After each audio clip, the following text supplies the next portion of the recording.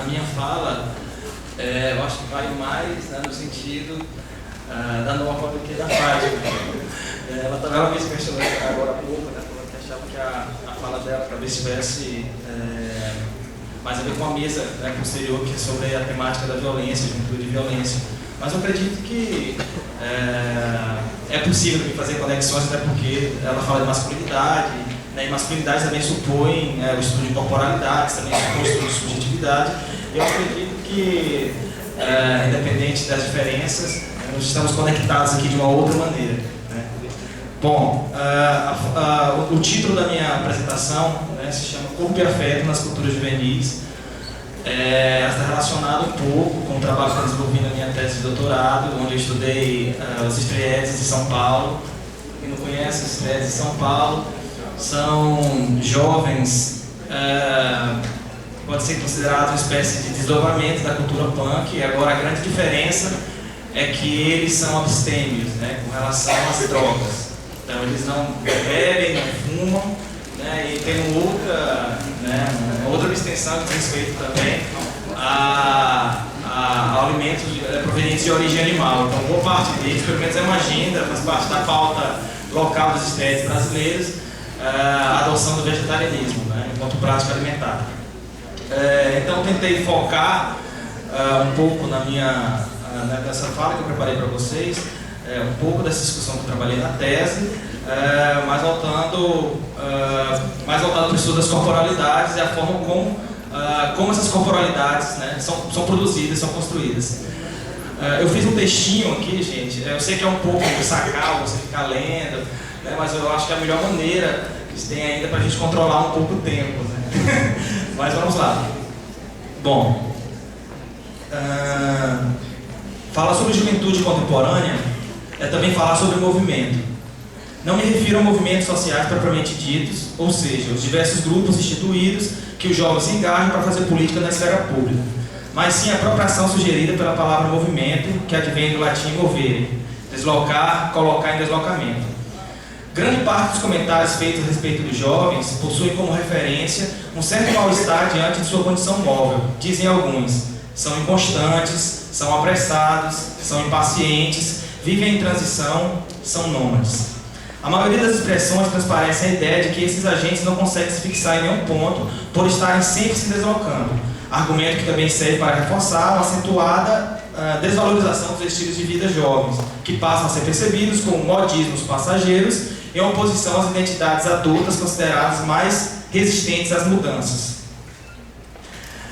Apesar de discordar da ideia de que os jovens são essencialmente nômades e os adultos essencialmente sedentários, aqui recuperando um pouco das noções que a professora Norma já falou, né, tendo como referência os pensadores Deleuze e Guattari, a ideia do nomadismo, né, a possibilidade de você sair, né, sem necessariamente se deslocar fisicamente, né. Então, a gente podemos dizer, fazendo uma comparação com essa ideia de sedentarismo e nomadismo, é que os adultos teriam uma subjetividade mais cristalizada, né, mais resistente em virtude da relação que esses mantêm com os grandes agenciamentos sociais. Os jovens, por sua vez, né, em virtude desse deixar se experimentar, se deixar tocar pelo provável, então a gente costuma dizer, né, que eles estariam mais propensos a esse nomadismo. Então, continuando. Apesar de discordar da ideia de que os jovens são essencialmente nômades e os adultos essencialmente sedentários, acredito que os primeiros possuem uma certa vantagem sobre os segundos no quesito mobilidade, e que está relacionada a uma certa disposição, que aqui não possui conotação biológica, para a experimentação, para o encontro com o inusitado. Os conceitos de espaço estriado e espaço liso, desenvolvidos pelos pensadores Gilles Deleuze e Félix Guattari, apresentados no livro 1014, volume 5, nos ajudam a compreender melhor essa disposição que eu considerei ter maior incidência entre os jovens. Inspirado por Deleuze e Guattari, podemos sugerir que os jovens estariam mais próximos do espaço liso, ou seja, do espaço da invenção, do nomadismo, do performativo. Nesse espaço, os pontos estão subordinados ao trajeto. Já os adultos, pressionados pelos grandes agenciamentos sociais, como eu já comentei há pouco, teriam como principal referência o espaço estriado, o espaço da disciplina e do controle. Já nesse espaço, as linhas e os trajetos têm tendência a ficar subordinados aos pontos. É preciso abrir um parênteses para esclarecer o que estou definindo como mobilidade, que aqui não possui relação, ao menos diretamente, com o deslocamento territorial em sua concepção clássica, ou seja, o ato de circular despreocupadamente entre os distintos pontos da cidade, bastante comum entre os bandos jovens. Ela se refere de maneira mais específica aos deslocamentos que se processam nas cartografias juvenis, permitindo que jovens transitem entre territórios subjetivos sem o compromisso de filiação com qualquer um deles. É nas culturas juvenis onde podemos perceber de maneira mais intensa essas transformações, em virtude do seu caráter eminentemente performativo e de seu forte direcionamento para o presente. Para refletir sobre essas mutações do plano subjetivo das culturas juvenis, proponho que voltemos nossa atenção para a dimensão do afeto, ou melhor, para a influência dessa matéria intensiva sobre os corpos dos jovens. O primeiro exercício que deve ser feito é se perguntar sobre a origem do afeto. Essa ideia do afeto ela é muito, eu diria, até mal interpretada, virou uma espécie de modismo hoje, talvez não seja a melhor expressão, mas é bastante comum se utilizar hoje, principalmente em alguns estudos antropológicos. Tem dois textos bastante conhecidos, que é o do Márcio Goldman, onde ele sobre os tambores dos vivos e dos mortos, da experiência que ele vivenciou em Ilhéus, e também um texto de um antropólogo chamado, acho que Favre Saada, ou Favre Saada, que é ser afetado, tri-afeté. Mas enfim, então eu tento recuperar essa dimensão do afeto para vocês mais ou menos compreenderem o que eu estou chamando de afeto, e por que eu considero isso importante no estudo das corporalidades juvenis. Para tal feito, devemos recorrer ao filósofo Baruch de Spinoza, o Bento de Spinoza, o Benedito de Spinoza, cada um escolhe uma maneira para dominar esse filósofo. E principalmente a leitura materialista que o filósofo Deleuze faz de seus textos aproximando de Nietzsche. Como é sabido, Spinoza é um filósofo de tradição cartesiana, porém, seu racionalismo se expressa mais nos seus posicionamentos críticos do que pela adoção de sistema de explicação metafísica. Deleuze se interessa pela tese materialista de Spinoza, que pode ser definida pela expressão o que pode o corpo. Daí o interesse desses pensadores, porque eu estou articulando Deleuze e Spinoza nessa tarde, porque ele tem essa pergunta que é muito interessante: o que pode o corpo? Tagarelamos sobre 1000 formas de mover o corpo, de dominar suas paixões, mas não sabemos do que é capaz um corpo. Dessa forma, Spinoza toma o corpo como modelo, não para mostrar sua preeminência sobre o espírito, mas sim para indicar que ambos possuem conexão intrínseca, o que inverteu o princípio que instituía a moral no domínio das paixões pela consciência. Era impossível pensar no paralelismo entre corpo e alma, pois dizia-se que a alma não atua se o corpo não padecer, e vice-versa. De acordo com Spinoza, quando um corpo encontra outro, isso que a Norma já comentou há pouco, e este se compõe com o nosso, ou quando uma ideia se encontra com nossa alma e com ela se compõe, sentimos alegria. Inversamente, quando um corpo ou ideia ameaça a nossa coerência, sentimos tristeza. Em poucas palavras, somos um grau de potência definido pela capacidade de afetar e ser afetado. E tudo depende de uma questão de experimentação. Selecionar a matéria que aumenta a nossa potência de agir, ou por outro lado, excluir aquela que diminui a nossa potência é um aprendizado. Incorporando essa concepção de afeto ao cabedal teórico-metodológico que constitui uma sociologia ou antropologia do corpo, podemos dizer que o papel do pesquisador seria o de mapear, ou melhor, de cartografar os afetos que atravessam os corpos, o que transforma seu trabalho numa espécie de etologia social. A concepção de corpo desenvolvida por Spinoza é definida por uma multidão de outros corpos, nos remetendo à ideia de que este pode ser afetado de diferentes maneiras por uma variedade de corpos. Logo, os corpos são aquilo que seus afetos indicam. Assim, o cientista social, de maneira semelhante ao etólogo, voltaria sua atenção para a matéria-prima afetiva, que são os afetos, ou seja, a energia mobilizadora responsável pela produção e transformação dos corpos.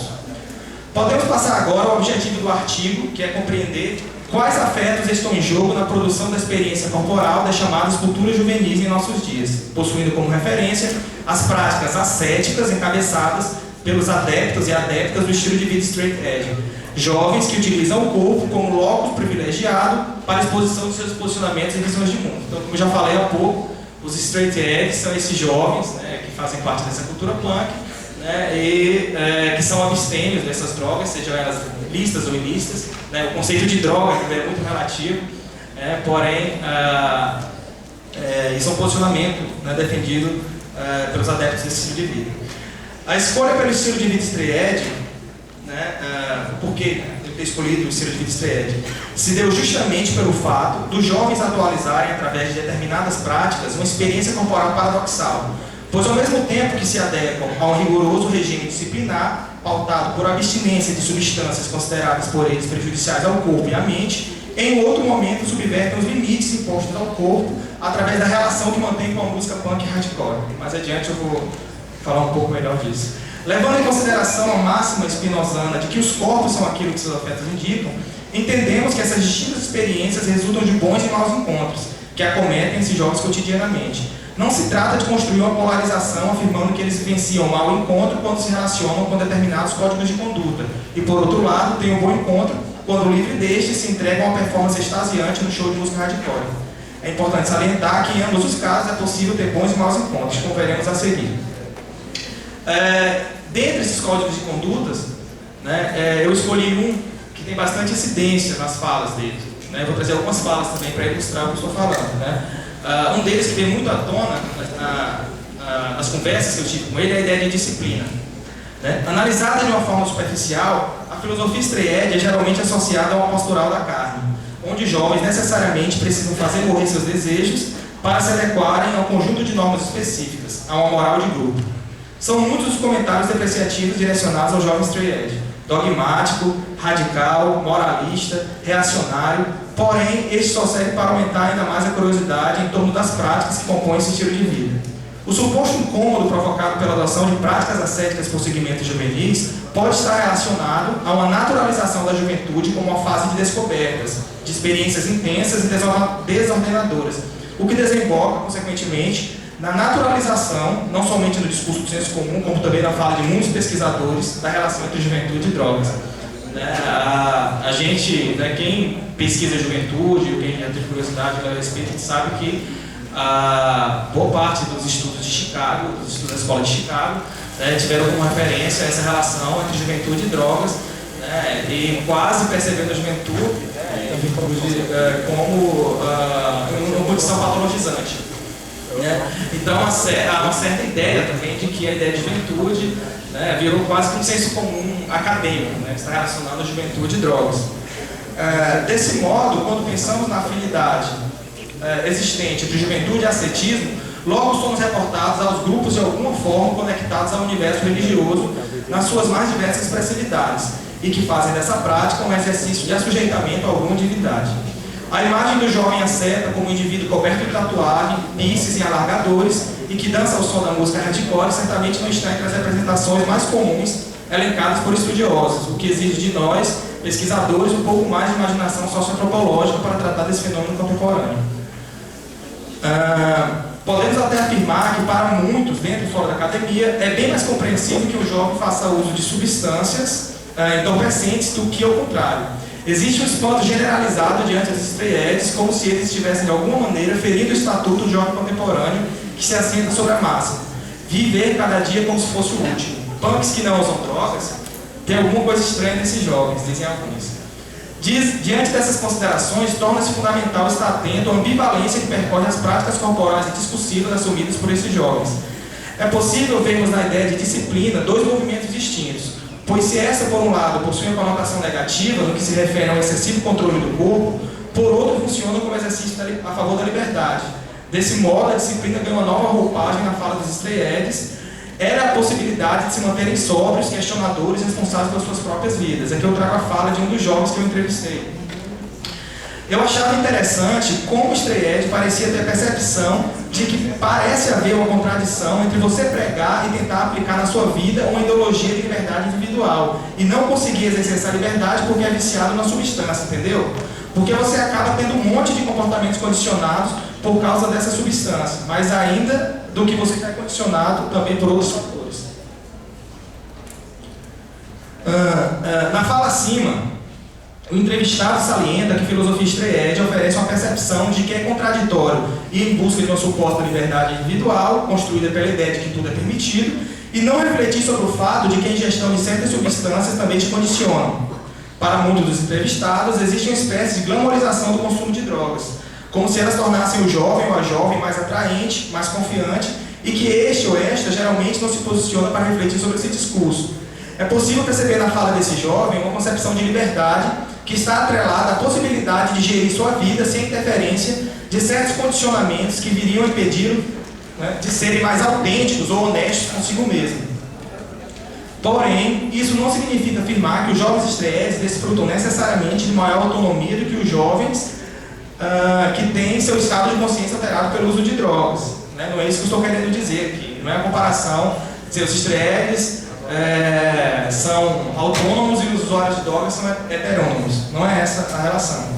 É importante destacar que, em alguns casos, a captura pela identidade straight edge se exerce com grande intensidade, gerando uma espécie de automatismo subjetivo entre os adeptos, minimizando a possibilidade de diálogo entre as formações territoriais instituídas e as formações íntimas desterritorializantes. Mais uma vez, fazendo referência aos conceitos de Deleuze e Guattari. Desse modo, a disciplina deixa de ser uma prática que permite aos jovens uma elaboração singular de si e passa a ser encarada como uma moral da renúncia. Essa relação de subserviência às regras do grupo se expressa de maneira mais incisiva nos recém-adesistas ou recém-adeptos. Jovens nessa condição se destacam em relação aos demais em virtude de um comprometimento explícito com a filosofia de vida, que pode ser traduzido por uma crença exagerada nos valores que a fundamentam. A disciplina, dessa maneira, se torna um atributo que garantiria aos recém-adeptos a possibilidade de reconhecimento entre os estreetes experientes, ao menos sob a perspectiva daqueles. Então a ideia é que se eu demonstrar durante as verduradas, que são as festas, né, que esses jovens organizam, se eu demonstrar todo o meu amor, né, toda a minha devoção ao grupo, os jovens mais experientes tendem a me ver com bons olhos, porque você é alguém, né, que está demonstrando todo o seu envolvimento com o estilo de vida. Ou com a filosofia de vida, porque filosofia de vida é uma categoria nativa, né, não sou eu que cria essa expressão, vem deles. A partir desses dois exemplos, temos acesso não apenas a duas formas distintas de apropriação discursivas ou pontos de vista, mas principalmente a dois modos distintos de relação entre os jovens e o respectivo código de conduta, encontro de corpos e ideias com forças exteriores que podem aumentar ou diminuir a força da ação e do pensamento. A seguir mostraremos como os bons e maus encontros produzem distintas experiências corporais entre os jovens durante a performance dos shows de música hardcore. É uma pena, tá aí. Eu ia dizer que é uma pena que eu não tinha fotos para mostrar. Né? E a gente vê uma das fotos do meu diário de campo, que eu tirei num dos eventos organizados pela comunidade estreita de São Paulo, e a gente vê que tem meninas e meninos, né, dançando junto. Mais adiante vocês vão ver, né, que essa performance ela é bastante agressiva, né? Agressivo no sentido mesmo da produção de uma violência naquele espaço, né? De uma violência socialmente aceita, lógico, não uma violência ilegal, com uma violência consensual entre os jovens. Né? Então, partindo da premissa de que todos nós somos um grau de potência definidos pela capacidade de afetar e ser afetado, resolvi interpretar a performance do jovem no show de música hardcore dentro de uma perspectiva diferente daquela desenvolvida pela chamada antropologia da performance. Mesmo considerando extremamente pertinente as análises empreendidas por esse campo de pesquisa, é impossível não reconhecermos o fato de que, em todas elas, há uma tentativa de interpretação dos sentidos que são atribuídos aos gestos mediante uma leitura do conteúdo das expressividades. Mesmo que alguns autores indiquem que a performance na contemporaneidade deixou de ser regida pelas representações coletivas, a intencionalidade das ações ainda é o paradigma reinante, ou seja, a preocupação continua sendo com o conteúdo. Um detalhe que precisa ser salientado, do salto aos olhos na performance realizada pelos jovens e pelas jovens desses eventos, é a maneira como estes e estas conseguem expor seus corpos a diferentes formas de agressão, parecendo não se importarem com a dor. Se fôssemos fazer uma sociogênese da violência nos bodes do Norbert Elias, que é um sociólogo alemão que boa parte de vocês conhecem muito bem, diríamos que a performance hardcore é uma prática semelhante a algumas formas de desporto, como o futebol, o boxe ou o rugby. Todas essas têm em comum o ingrediente da agressividade, porém são traduzidas como expressões de uma violência física socialmente aceita. De acordo com o sociólogo, a violência e a agressividade são sentimentos que acompanham a humanidade desde sempre, mas o processo civilizador que se estendeu sobre o Ocidente teria domado essas pulsões, instituindo rituais que permitissem a canalização da violência má para uma violência boa. Do ponto de vista da sociologia, que sempre privilegiou o estudo dos conteúdos, entendo que a análise de Elias é extremamente pertinente para nos ajudar a compreender uma história das práticas corporais no Ocidente, sendo possível, por exemplo, identificarmos a violência presente nos gestos encenados na dança como formas privilegiadas para a liberação de uma energia instintiva que ficará resguardada. Contudo, penso que, para além do corpo formado por órgãos, tecidos e pulsões, existe outro corpo que se virtualiza enquanto potência nessa performance. Corpo enquanto produção de afetos, corpo enquanto possibilidade constante de devir. Assim, a performance hardcore é aquilo que seus afetos indicam. Pode ser multiplicidade pura e sem medida, irrupção do efêmero, potência da metamorfose ou então fascismo da matilha, quando ocorre o esfriamento da performance, que vou explicar isso mais adiante, gerando codificação do corpo e instauração dos binarismos hierarquizantes. No momento da dança, as diferenças são completamente apagadas. Morre-se o gênero, morre-se as idades, e o que passa a existir são apenas corpos em ebulição, sendo agenciados pelos afetos que estão dispersos naquele ambiente. Música, calor, cheiros, os mais diversos. Porém, como sabemos, os afetos são de natureza ambígua. Existem aqueles que aumentam a nossa potência de agir e de pensar, permitindo os devidos moleculares, né? Devir mulher, devir criança, devir animal, e outros que, por outro lado, impedem a expansão desses devires, molarizando a performance, construindo identidades, hierarquias, fazendo emergir um corpo blindado, né, que não é uma categoria minha. Essa ideia de corpo blindado é bastante utilizada pela socióloga Glória Diógenes, né, um livro dela chamado Itinerários de Corpos Juvenis, né, que ela faz menção, ela utiliza essa categoria de corpo blindado para fazer menção aos corpos dos lutadores de jiu-jitsu.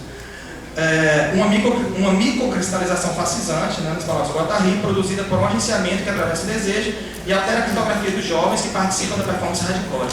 Essa cristalização subjetiva não pode se confundir com o machismo ou com o sexismo, que alguns sociólogos e militantes atribuem a uma produção genuinamente masculina, resultante da manutenção de uma estrutura sócio-histórica que produz uma clivagem entre homens e mulheres.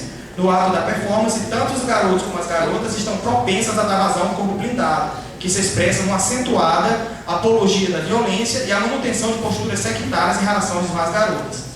O relato de agressão sofrida durante a performance é bastante comum entre as garotas. Olho roxo, costelas fraturadas, sangramentos, desmaios em shows, descrições que são apresentadas muitas vezes de forma exagerada e aparecem como signos de poder. É como se o número de experiências dolorosas, que se traduzem muitas vezes em hematomas, visivelmente expostos em seus corpos, se convertessem em medalhas conquistadas em uma batalha, garantindo os estados diferenciados, ajudando a traçar uma hierarquia entre as meninas de atitude e as medrosas. Isso é muito interessante, porque tem um vídeo na página da revista Flip, né, que fala sobre meninas do mosh, né, que vai falar sobre o mosh pit, que é o espaço onde acontece essa performance hardcore. Então, ele entrevista a moça, a repórter entrevista as garotas, e elas, né, elas falam com prazer, assim, sorriso entre os lábios, assim, dizendo que, né, eu volto para casa, eu tenho um galo na cabeça, já tomei soco no estômago, fiquei 5 segundos sem respirar, né, mas é isso, tá? Ela fala que você tá no sangue, é isso mesmo, eu gosto disso, não tem outra maneira, né, eu não vou me adequar a um modelo, né, de mulher que querem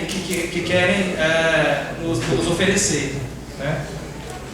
Então ela diz, voltando ao texto, né? O corpo blindado ao qual nos referimos é uma das possibilidades de mau encontro que pode ocorrer durante os shows. Porém, agenciado por Deleuze e Guattari, podemos dizer que o mesmo jovem que se reterritorializa a partir de uma cristalização fascisante pode se desterritorializar no devir animal ou devir criança, devires minoritários, produzido através do bom encontro de corpos com afetos alegres, o que reforça ainda mais a tese spinozana de que ninguém sabe o que pode um corpo. Qualquer explicação homogeneizadora baseada em rotulações a priorísticas é insuficiente para compreender os processos desterritorializantes e reterritorializantes produzidos nas subjetividades dos jovens em questão. É no ato performático que podemos perceber de forma mais intensa a produção desses devires. É como se a música destituísse momentaneamente os códigos sociais pelos quais os jovens se reconhecem, têm idade, gênero, grupo, permitindo a intrusão de novos vetores de subjetivação. Para alguns estreedes devotos de Krishna, pasmem, existem estreedes devotos de Krishna também. Eu já fui a alguns eventos organizados pela comunidade Vaishnava de São Paulo, e é muito interessante, porque paralelo aos shows de hardcore, eles fazem, entoam os seus mantras, os seus cânticos no meio da pista. A hora já chegou 5 minutos, mas eu vou tentar apressar. Para alguns estreantes devotos de Krishna, a interpretação do sair de si, experimentado durante a performance hardcore, ganha conotação espiritual, momento de transcendência onde o jovem se desconecta do eu racional para se conectar à divindade. Eu trago mais uma fala de um jovem, que é Strayed, e também ele é devoto de Krishna. Ele diz para mim, né? Eu, quando começo a tocar, putz, eu até já chorei tocando, cara. Uma vez eu tive a impressão de ter visto Krishna quando estava tocando.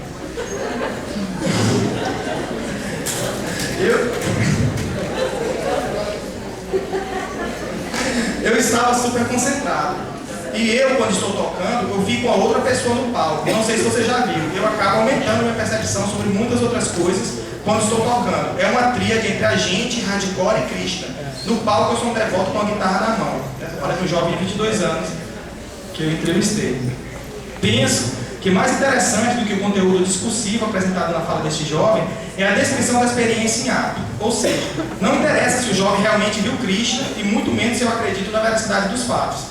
A questão psicológica, que sob o ponto de vista é mais importante, compreende o indizível da experiência, o arrebatamento provocado pelo êxtase e que pode levá-lo às mais diversas interpretações. O Eduardo Vieira de Castro, que é um antropólogo, né, do Museu Nacional, ele tem uma fala muito interessante sobre essa questão que eu vou colocar agora. Vieira de Castro nos oferece uma chave interessante quando discorre sobre o estatuto de certas afirmações fornecidas por seus interlocutores indígenas. Ao ser questionado por uma pesquisadora se ele acreditava de fato quando afirmava que os pecaris, os porcos, são humanos, ele respondeu: o que o antropólogo deve perguntar não é se acredita ou não que os pecaris sejam humanos, os porcos no caso, né? Mas o que uma ideia como essa lhe ensina sobre as noções indígenas de humanidade e pecaritude. O que uma ideia como essa, note-se, ensina-lhe sobre essas noções e outras coisas, sobre as relações entre ele e seu interlocutor, as situações em que está enunciado e produzido espontaneamente, os gêneros da fala e os jogos de linguagem que cabe a ele. Apesar de não estarmos referindo a sociedades indígenas, penso que as observações de Vieira de Castro podem nos ajudar a compreender o que está implícito na afirmação do jovem no tocante ao suposto encontro com Krishna. Devemos nos perguntar para que serve esta ideia, ou melhor, o que ela nos diz sobre a experiência vivenciada por este jovem. Quando ele afirma ter visto Krishna, não está apenas indicando que teve acesso a uma experiência desordenadora quando estava no palco empunhando sua guitarra, mas também está nos dizendo algo sobre a sua condição de devoto, sobre a sua condição de músico, sobre o momento em que esta experiência foi possível, sobre sua relação com o hardcore, enfim, sobre os agenciamentos que permitiram entrar em contato com esse outro agenciamento, Krishna. O sentido não pode se esgotar no enunciado. Devemos nos perguntar sobre os fios da trama que permitem sua composição. A partir da experiência descrita pelo jovem Strayed, é possível vislumbrar a ideia de que os bons encontros que ocorrem durante a performance hardcore advêm justamente da experiência arrebatadora do êxtase, responsável pela desestabilização das cartografias e, consequentemente, das possíveis cristalizações identitárias que podem vir a se tornar fascinantes. Desse modo, concluímos que, para compreender as distintas experiências corporais vivenciadas por esses jovens, é fundamental nos atermos à força mobilizadora dos afetos, o que significa levar em consideração a premissa de que a diferença entre os diversos tipos de gente é construída através de seus corpos, não de suas culturas. Obrigado.